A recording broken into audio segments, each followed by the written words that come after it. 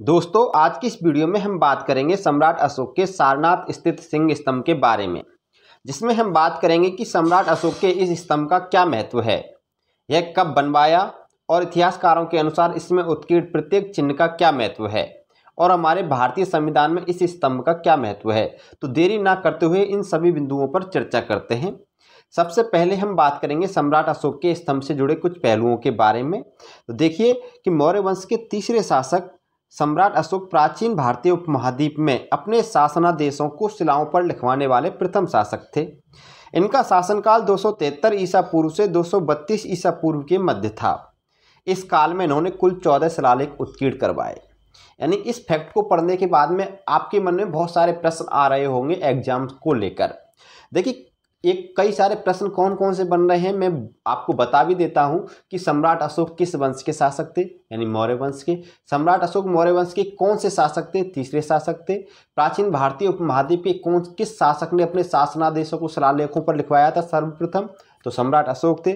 सम्राट अशोक का शासनकाल क्या था, 273 ईसा पूर्व से 232 ईसा पूर्व। सम्राट अशोक ने अपने काल में कुल कितने शिलालेख उत्कीर्ण करवाए थे, 14 शिलालेख। यानी ये इतने सारे प्रश्न इतनी सी लाइनों में आपके लिए बन गए हैं, यानी इतने से फैक्ट्स में बन गए हैं। इसी प्रकार प्रत्येक फैक्ट्स को आपको बारीकी से समझना है। बात करता हूं मैं नेक्स्ट अगले पॉइंट्स की कि सम्राट अशोक को शिलालेखों का जनक कहा जाता है, क्योंकि मैंने आपको बता दिया क्योंकि ये प्राचीन भारतीय उपमहाद्वीप के ऐसे प्रथम शासक थे जिन्होंने अपने शासन आदेशों को शिलालेखों पर लिखवाया था। इस वजह से इन्हें क्या कहा जाता है, शिलालेखों का जनक कहा जाता है सम्राट अशोक को। बात करते हैं इनके स्तंभों की। बात ये तो शिलालेखों की हो गई, शिलालेख अलग हैं और स्तंभ लेख अलग हैं सम्राट अशोक के। अब हम बात कर लेते हैं स्तंभ लेखों की कि मौर्य काल के जो सर्वोत्कृष्ट नमूने, जो सबसे अच्छे नमूने, उत्कृष्ट नमूने भी कह सकते हैं, वो अशोक के क्या हैं, एकाश्म स्तंभ हैं, जो कि उसने अपने धर्म प्रचार के लिए देश के विभिन्न भागों में स्थापित किए थे। अशोक के एकाश्म स्तंभ चुनार के बलुआ पत्थर से बने हुए हैं और तथा इसके कुल स्तंभों की संख्या 17 थी। यानी उस समय 17 थी, प्रेजेंट टाइम में कम है इनकी संख्या। लेकिन बात करें जिस समय सम्राट अशोक ने स्तंभों को उत्कीर्ण करवाया था, बनवाया था, उस समय इनकी संख्या लगभग 17 थी।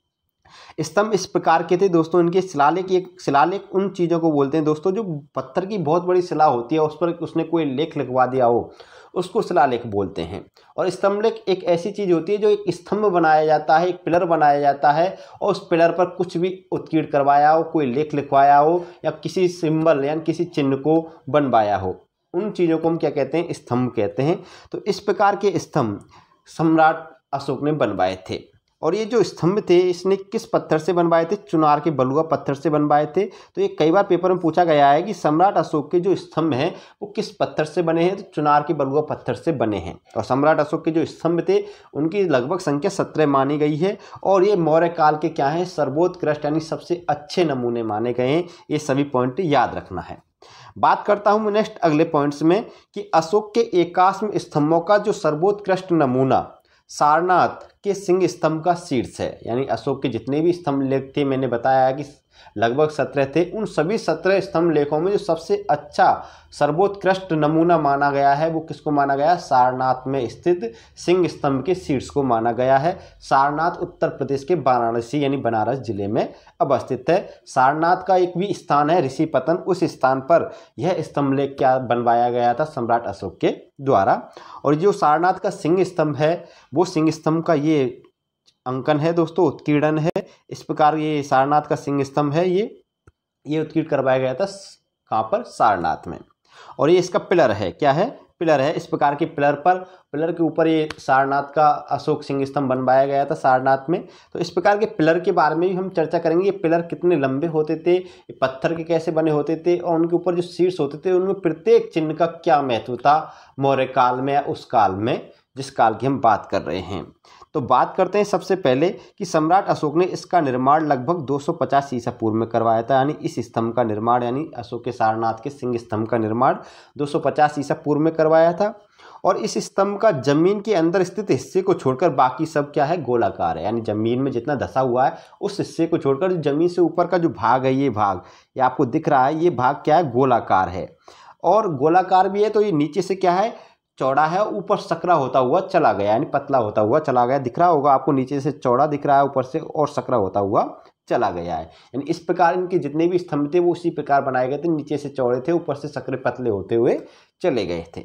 बात करते हैं नेक्स्ट अगले पॉइंट में कि जैसे जैसे स्तंभ के ऊपर की ओर बढ़ते हैं यह पतला होता जाता है। मैं अभी बता रहा हूँ, बता दिया है आपको कि जैसे हम ऊपर की साइड में बढ़ेंगे तो ये पतला होता है, ये स्तंभ की जो मोटाई है वो पतली होती हुई चली जाती है। और जो यह स्तंभ है सिंह स्तंभ, ये लगभग 45 फीट लंबा है। यानी इसकी जो लंबाई है लगभग कितनी है, 45 फीट की है। और ये चुनार के बलुआ पत्थर से बना, जो मैंने पहले ही बता दिया है कि अशोक के जितने भी स्तंभ लेख थे वो सभी चुनार के बलुआ पत्थर से बने थे। और अशोक की जो सारनाथ का जो सिंह स्तंभ था, इसकी लंबाई लगभग, इसकी जो दंड था उसकी लंबाई कितनी थी, लगभग 45 फीट थी। कितनी थी, 45 फीट। इस स्तंभ के दंड के ऊपर गोलाकार कंठ है। क्या है दोस्तों, इस दंड के ऊपर एक गोलाकार कंठ है और कंठ पर शीर्ष और कंठ के नीचे प्रलंबित दलों वाला उल्टा घंटीनुमा क्या है, कमल है। अब बात करते हैं यहाँ पे कि जो ये आपको ये दिख रहा है गोलाकार, इस गोलाकार को हमने क्या बोला है दोस्तों, कंठ। ये क्या था, कंठ था। और कंठ के नीचे एक प्रलंबित दलों वाला उल्टा घंटीनुमा कमल, जो आपको ये दिख रहा है ये हिस्सा, इसको हम उल्टा घंटीनुमा कमल बोलते हैं। जो इस शीर्ष जो ये दिख रहा है आपको कंठ, इससे जो नीचे अवस्थित है यहाँ पर, इसको हम बोलते हैं उल्टा प्रलंबित दलों वाला कमल। ये वाला कमल है। और इस हिस्से को, जिस हिस्से में आपको चक्र, हाथी, बैल, सांड, ये सारे चिन्ह नजर आएंगे, इस हिस्से को बोलते हैं हम कंठ। और इस कंठ के ऊपरी हिस्से को बोलते हैं हम शीर्ष। और इस ऊपरी हिस्से को जो ये चक्र दिख रहा है इसको धर्म चक्र परिवर्तन का चक्र बोलते हैं। इन सभी चिन्हों के महत्व के बारे में हम आगे पढ़ते हैं। देखिए दोस्तों कि ये गोलाकार कंठ, जो गोलाकार कंठ है मैंने अभी बताया है, ये गोलाकार कंठ चक्र से 4 भागों में विभक्त है। यानी इस गोलाकार कंठ में जो चक्र हैं उन चक्रों की संख्या कितनी है, 4 है। यानी ये 4 चक्रों से विभक्त है। ये गोलाकार जो कंठ है आपको दिख रहा है, और ये चक्र धर्म चक्र परिवर्तन के प्रतीक हैं। और इन चक्रों को हम अशोक चक्र भी कहते हैं। यानी इन चक्रों को क्या कहा जाता है, अशोक चक्र भी कहा जाता है। जिनमें प्रत्येक में क्या है, 24 तीलियां हैं, जो मनुष्य के 24 गुणों व कर्तव्यों का उल्लेख करते हैं।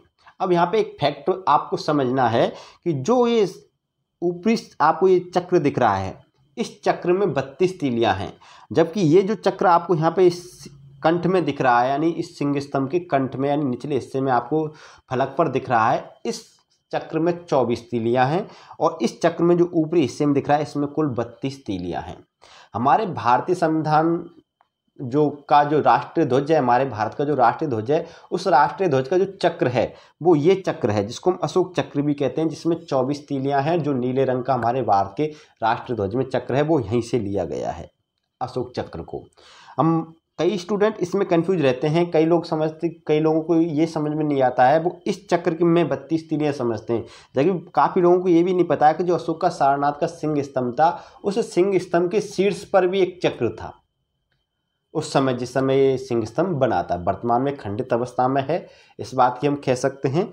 अब इन चक्रों के बीच में भी जो ये चक्र हैं, ये 4 चक्र मैंने बताए, और प्रत्येक चक्र यानी प्रत्येक 2 चक्रों के बीच में एक पशु अंकित है। यानी 4 पशु अंकित हैं और 4 चक्र अंकित हैं इस शीर्ष में, यानी कंठ में, सिंह स्तंभ के कंठ में। और उन पशुओं की जो संख्या है, क्रम है, वो हाथी, घोड़ा, बैल और सिंह की आकृति बनी है, जिन्हें चलती हुई अवस्था में दिखाया गया है। एग्जाम में इनका क्रम पूछ लिया जाता है, याद रखना है, एग्जाम में इनका क्या पूछ लिया जाता है, क्रम पूछ लिया जाता है। तो हाथी, घोड़ा, बैल और सिंह की आकृति बनी है और जिन्हें चलती हुई अवस्था में दिखाया गया है। ये क्रम है इन पशुओं का, ठीक है। अब क्रम तो कहीं से भी स्टार्ट कर सकते हैं, आपके मन में ये भी आ रहा होगा। तो देखो, अगर हम बैल सिंह से स्टार्ट करें तो बैल, सिंह, हाथी, घोड़ा आ जाएगा। तो इनका क्रम भी आपको याद रखना है। तो क्रम तो वो नहीं पूछेगा, लेकिन वो आपसे ये अवश्य पूछ सकता है कि बैल के वाई ओर कौन है, बैल के बाईं ओर किस पशु का अंकन है। तो आपको बता देना है घोड़े का, बैल के दाईं ओर सिंह का अंकन है। ये पॉइंट आपको अवश्य याद रखने हैं, एग्जाम में पूछे जा सकते हैं। अब बात करते हैं नेक्स्ट अगले पॉइंट की, कि कुछ इतिहासकारों ने इन 4 पशुओं को 4 हिंदू देवताओं यथा इंद्र, सूर्य, शिव और दुर्गा का प्रतीक माना है। यानी जो अशोक स्तंभ में 4 पशु हैं आपको दिख रहे हैं, हाथी, घोड़ा, बैल और सिंह, इन 4 पशुओं को हिंदुओं के 4 देवता हैं, देवी देवता इंद्र, सूर्य, शिव और दुर्गा, इनका प्रतीक माना है। हिंदू धर्म में जो हाथी है वो इंद्र का, और घोड़ा सूर्य का, और बैल शिव का, तथा सिंह दुर्गा का वाहन माना गया है। लेकिन कुछ इतिहासकारों ने, इसके अलावा कुछ इतिहासकारों के और भी मत हैं, तो कुछ इतिहासकारों ने ये माना है कि ये पशु है, ये बुद्ध के जीवन की 4 घटनाओं को क्या करते हैं, प्रतिनिधित्व करते हैं। और इस पॉइंट को ज़्यादा सार गर्भित माना गया क्योंकि अशोक क्या था, बौद्ध धर्म का अनुयायी था। तो हो सकता है उसने महात्मा बुद्ध के जीवन से जुड़ी घटनाओं को लेकर, यानी महात्मा बुद्ध के जो जीवन जितनी भी घटनाएं थी उन प्रत्येक घटना का कोई ना कोई प्रतीक है, सिंबल है, उन सिंबलों को मिलाकर, उन प्रतीकों को मिलाकर ये अशोक का सारनाथ सिंह स्तंभ बनवाया हो। जैसे हम कह सकते हैं कि जो हाथी है वो हाथी महात्मा बुद्ध के गर्भ में, यानी माता के गर्भ में आने का प्रतीक है। उनकी माता थी महामाया, उनको स्वप्न में स्वर्ग से एक श्वेत हाथी यानी सफ़ेद हाथी को उनके गर्भ में प्रवेश करते हुए उन्होंने एक सपना देखा था। उस सपने के आधार पर हाथी को क्या मानते हैं, महात्मा बुद्ध की माता के गर्भ में आने का प्रतीक मानते हैं। घोड़ा को उनके गृह त्याग का प्रतीक मानते हैं इतिहास में, बैल को उनके यौवन का प्रतीक मानते हैं, और सिंह को खुद बुद्ध का या बुद्ध की समृद्धि का प्रतीक मानते हैं। ठीक है, और चक्र के बारे में मैंने बता दिया, चक्र को उनके धर्म चक्र परिवर्तन यानी प्रथम उपदेश का प्रतीक मानते हैं। इतिहास में ये बात भी प्रचलित है। ठीक है, तो कुछ इतिहासकारों ने इनको क्या माना, महात्मा बुद्ध के जीवन से जुड़ी घटनाओं का प्रतीक माना। कुछ इतिहासकारों ने इन पशुओं को क्या माना, हिंदू धर्म के देवी देवताओं की वाहन माना था। अब देखते हैं नेक्स्ट अगले पॉइंट में। इसके बाद में कंठ के ऊपर 4 सजीव सिंह एक दूसरे की विपरीत दिशा में पीठ से पीठ सटाए हुए चारों दिशाओं की ओर मुंह किए हुए दृढ़तापूर्वक बैठे हैं। यानी हमने बात कर ली नीचे की कमल की, यानी ये जो नीचे दिख रहा है आपको, ये नीचे यहाँ पे नीचे दिख रहा है, ये प्रलंबित दलों वाला उल्टा घंटीनुमा कमल है। और उसके बाद में क्या है, कंठ है, और इस कंठ में क्या है, एक 4 चक्र हैं और 4 पशु हैं जो महात्मा बुद्ध के जीवन का क्या करते हैं, प्रतिनिधित्व करते हैं। अब उसके इन शीट्स के ऊपर यानी इस कंठ के ऊपर क्या है, ये 4 सिंह हैं। यहाँ पर क्या है, 4 सिंह हैं, जिनमें से 3 सिंह हमको दिखाई देते हैं, चौथा सिंह हमको दिखाई नहीं देता है। और ये चारों सिंह एक दूसरे से पीठ सटाए हुए दृढ़तापूर्वक चारों दिशाओं की ओर मुख किए हुए बैठे हैं। ये बात आपको समझ में आ गई होगी यहाँ तक। अब उसके बाद में नेक्स्ट पॉइंट पे बात करता हूँ कि इन चारों सिंहों की मूर्तियों के बीच में एक दंड 32 तीलियों के धर्म चक्र को धारण किए हुए था। पहले था, अब नहीं है, अब ये खंडित अवस्था में है। जिस समय था उस समय इन चारों जो सिंह थे, इन सिंहों के बीच में भी एक दंड है यहाँ पे, और उस दंड पे ये क्या हुआ है, एक चक्र धारण किए हुए ये दंड था ऊपर बिल्कुल। ठीक है, इस चक्र में कितनी तीलियाँ थी, 32 तीलियाँ थी।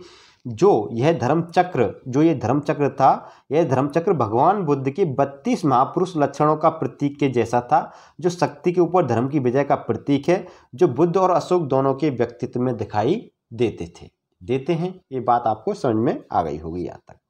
यानी अब आपको ये पॉइंट क्लियर हो गया होगा कि जो हमारे कंठ में, यानी जो कंठ का जो फलक है, इस फलक में जो 4 चक्र दिए हुए हैं, इन चारों चक्रों में प्रत्येक में 24 तीलियाँ थीं। लेकिन जो सिंगों के ऊपर, जो सिंगों के बीच में जो दंड था, उस दंड के ऊपर जो चक्र था, धर्म चक्र, इस धर्म चक्र में 32 तीलियाँ थी, जो महात्मा बुद्ध के 32 महापुरुष लक्षणों का क्या करती थी, प्रतिनिधित्व करती थी।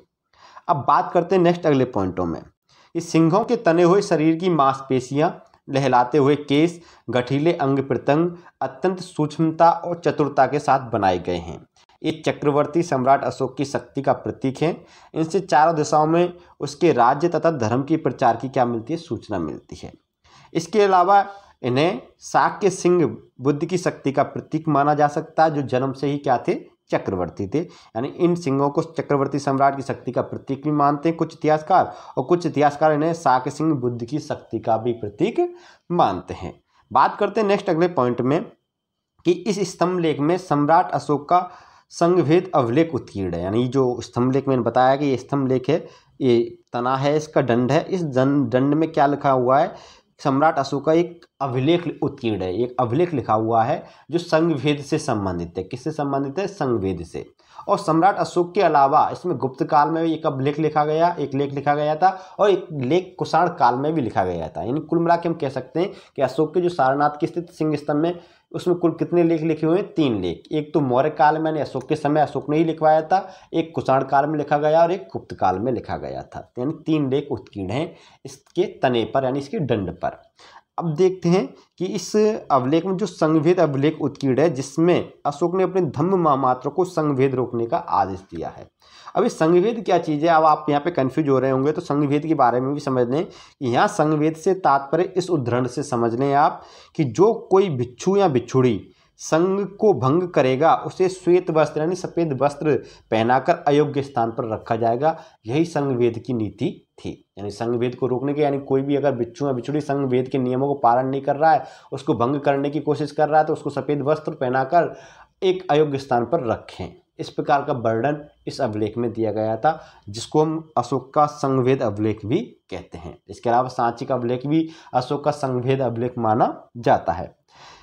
इसे स्तंभ पर अशोक के लेख के अलावा 2 लेख और हैं जो कुषाण काल और गुप्त काल में लिखे गए थे। मैंने अभी बता दिया था इन सभी पॉइंटों के बारे में।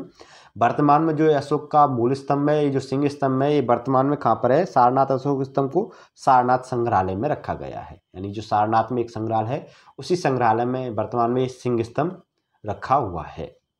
अब बात करते हैं हमारे भारतीय संविधान में इसका क्या महत्व है, कि भारत सरकार ने 26 जनवरी 1950 को सारनाथ में स्थित अशोक स्तंभ को राष्ट्रीय चिन्ह के रूप में स्वीकार किया।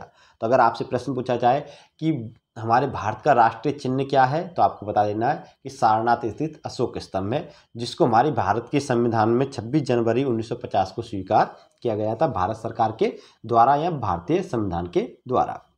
अब बात करते हैं नेक्स्ट अगले पॉइंट में कि अशोक चिन्ह के रूप में स्वीकृत अशोक स्तंभ में जिस तरफ कंठ के चक्र के दाईं ओर सांड व बाईं ओर घोड़ा उत्कीर्ण है, उसके नीचे की ओर देवनागरी लिपि में सत्यमेव जयते अंकित है, जिसे मुंडक उपनिषद से लिया गया है। अब समझने वाली बात क्या है, ये हमारा जो अशोक स्तंभ आपको दिख रहा है, इसी चिन्ह को हमारे भारत का राष्ट्रीय चिन्ह कहा गया है। अब इसमें समझना अच्छे से क्या बात है कि इसके जो नीचे घंटीनुमा कमल था, उस कमल को इस चिन्ह में शामिल नहीं किया है। एक बात ये याद रखनी, कई बार पूछा गया है कि अशोक के जो मूल स्तंभ था उसमें से किस चीज़ को शामिल नहीं किया गया है। नीचे जो घंटीनुमा मैंने आपको कमल बताया था, दलों वाला प्रलंबित कमल, उसको शामिल नहीं किया है। दूसरा, एक जो धर्मचक्र ऊपर यानी सिंहों के शीर्ष के ऊपर एक जो धर्मचक्र था जिसमें 32 तीलियाँ थी, उस चक्र को भी इस राष्ट्रीय चिन्ह में शामिल नहीं किया है। केवल राष्ट्रीय चिन्ह में क्या शामिल है, 4 सिंह और उनके नीचे का जो फलक है, उस फलक में 4 चक्र और चारों जानवर। अब जोड़ी क्या चीज़ है, तो इसमें एक नई चीज़ जोड़ी है कि इस फलक के नीचे सत्यमेव जयते लिखा गया है देवनागरी लिपि में, और ये सत्यमेव जयते मुंडक उपनिषद से लिया गया है। अब ये सत्यमेव जयते किस तरफ लिखा हुआ है, तो आपको याद रखें कि चक्र के दाईं ओर, यानी चक्र के दाईं ओर सांड हो, ये सांड है, और चक्र के बाईं ओर क्या है, घोड़ा। इस तरफ सत्यमेव जयते को लिखा गया है। ये पॉइंट क्लियर हो गया होगा आपको। और ये पॉइंट एग्जाम में कई बार पूछा भी गया है कि सत्यमेव, भारत के राष्ट्रीय चिन्ह में प्रयुक्त सत्यमेव जयते किस उपनिषद से लिया गया है, तो मुंडक उपनिषद से लिया गया है। ये पॉइंट भी आपको याद रखना कि सत्यमेव जयते किस तरफ लिखा हुआ है, कि जिस तरफ चक्र के दाईं ओर सांड और बाईं ओर घोड़ा स्थित है। पॉइंट क्लियर दोस्तों यहाँ तक। अब बात करते हैं नेक्स्ट अगले पॉइंट में कि अशोक स्तंभ भारत के राष्ट्रपति, केंद्र सरकार और राज्य सरकारों का आधिकारिक यानी ऑफिशियल सील है, यानी कह सकते हैं कि आधिकारिक चिन्ह है। भारत सरकार के जितने भी लेटर पैड होते हैं, भारत सरकार का पासपोर्ट हो, इन सभी चीज़ों पर, आधिकारिक चीज़ों पर, राज्य सरकार की प्रशासनिक चीज़ों पर अशोक स्तंभ का चिन्ह उत्कीर्ण होता है। अब इसमें कुछ रंगीन चिन्ह भी होते हैं, जैसे लाल रंग का अशोक स्तंभ, नीले रंग का अशोक स्तंभ, हरे रंग का अशोक स्तंभ। इनके बारे में जान लें कि जो हमारा राष्ट्रीय चिन्ह है अशोक स्तंभ, इस राष्ट्रीय चिन्ह का उपयोग 3 रंगों में किया जाता है। अशोक स्तंभ का जो नीला रंग है वो भारत के मंत्रियों द्वारा प्रयुक्त किया जाता है, लाल रंग राज्यसभा सदस्यों और अधिकारियों द्वारा प्रयुक्त किया जाता है, और हरा रंग लोकसभा के सदस्यों द्वारा उपयोग में लिया जाता है। ये थे हमारे अशोक के सारनाथ स्थित सिंह स्तंभ के बारे में संपूर्ण तथ्य, इंपॉर्टेंट फैक्ट्स। इन सभी फैक्ट्सों को आप अच्छे से लर्न करना है दोस्तों, याद करना है, समझना है आपको। मैंने इसमें प्रत्येक फैक्ट को आपको बारीकी से समझा दिया है। अब दोस्तों आपको ये वीडियो अच्छी लगी हो, ऐसी ही नॉलेजेबल वीडियो और पाने के लिए आप यूट्यूब पर हमारे चैनल को सब्सक्राइब कर लें, वीडियो को लाइक कर देना और ज़्यादा से ज़्यादा शेयर भी करना, जिससे हर व्यक्ति को हमारी वीडियो का लाभ मिल सके। फिर मिलते हैं नेक्स्ट